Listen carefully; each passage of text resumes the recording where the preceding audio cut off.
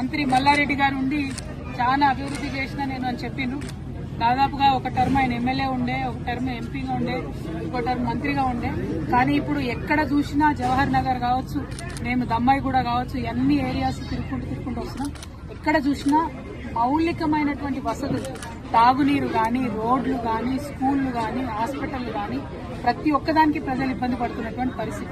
అన్నిటికన్నా దారుణం ఏంటంటే ఇంత పెద్ద మేడ్చల్, మొత్తం ఇండియాలోనే అతిపెద్ద ఎమ్మెల్యే కాన్స్టిట్యున్సీ అని చెప్పుకునే మేడ్చల్లో, హైదరాబాద్ కి కూతవేటి దూరంలో ఉన్న మేడ్చల్లో ప్రభుత్వ జూనియర్ కళాశాల కావచ్చు, ప్రభుత్వ డిగ్రీ కళాశాల కావచ్చు తక్కువనే.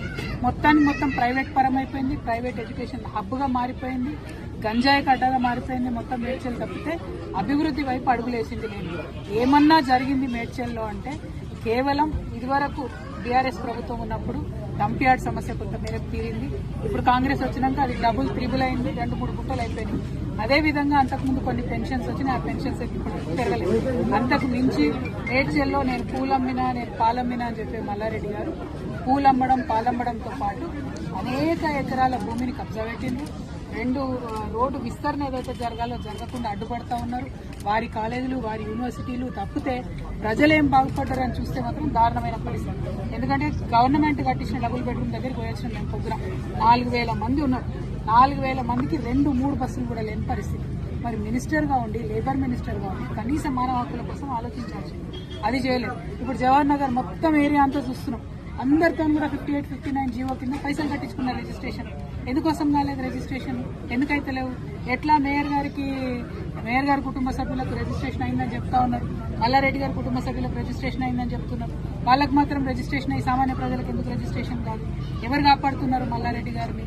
ఎవరు అండదండలు చూసుకొని రిజిస్ట్రేషన్ చేసేటోళ్ళు? మేము మాత్రం దీని మీద న్యాయ పోరాటం తప్పకుండా చేస్తాం. ఏదైతే 58, 59 కింద లక్షలాది రూపాయలు కట్టి పేద ప్రజలు వెయిట్ చేస్తున్నారో అవి రిజిస్ట్రేషన్ అయ్యేంత వరకు అవసరమైతే సుప్రీంకోర్టు దాకా కూడా తెలంగాణ జాగృతి పోతుంది, పోరాటం చేస్తుందని. అదేవిధంగా ఏదైతే ఆ డంపింగ్ యార్డ్ పరిస్థితి అలా చూస్తూ ఉంటే ఎంత దారుణంగా ఉందంటే, ఆ రోడ్లు ఇష్టం వచ్చినట్టు ఖరాబ్ చేసుకుంటూ 100ల సంఖ్యలో లారీలు రావడం, కనీసం ఎవరినైనా గుద్దితే కూడా లెక్క లేకుండా రోడ్డు పక్కన పడేసుకోవడం, అవన్నీ కూడా మీ దృష్టిలో కూడా ఉన్నాయి. అటువంటి పరిస్థితుల నుంచి మారాలి. ఇవన్నీ పోని పక్కకు పెడదాం అనుకుంటే మిషన్ భగీరథ పైప్ లైన్లు ఉన్న చోట కూడా వారానికి ఒక్కసారి కూడా నీళ్ళు వస్తాయి. మరి ఏంది ఇది? మున్సిపాలిటీ వాళ్ళు మంచినీళ్ళ ట్యాక్స్ కట్టించుకోండి అంటే కూడా కట్టించుకోకుండా రిజిస్ట్రేషన్ చేయలేదని చెప్తున్నారు. ఏంది ఇది? ఇంత సమన్వయం లేకుండా ఎట్లుంటారు? ఖచ్చితంగా మల్లారెడ్డి గారు శ్రద్ధ పెట్టాలి, ఈటల రాజేంద్ర గారు శ్రద్ధ పెట్టాలి. అందరికన్నా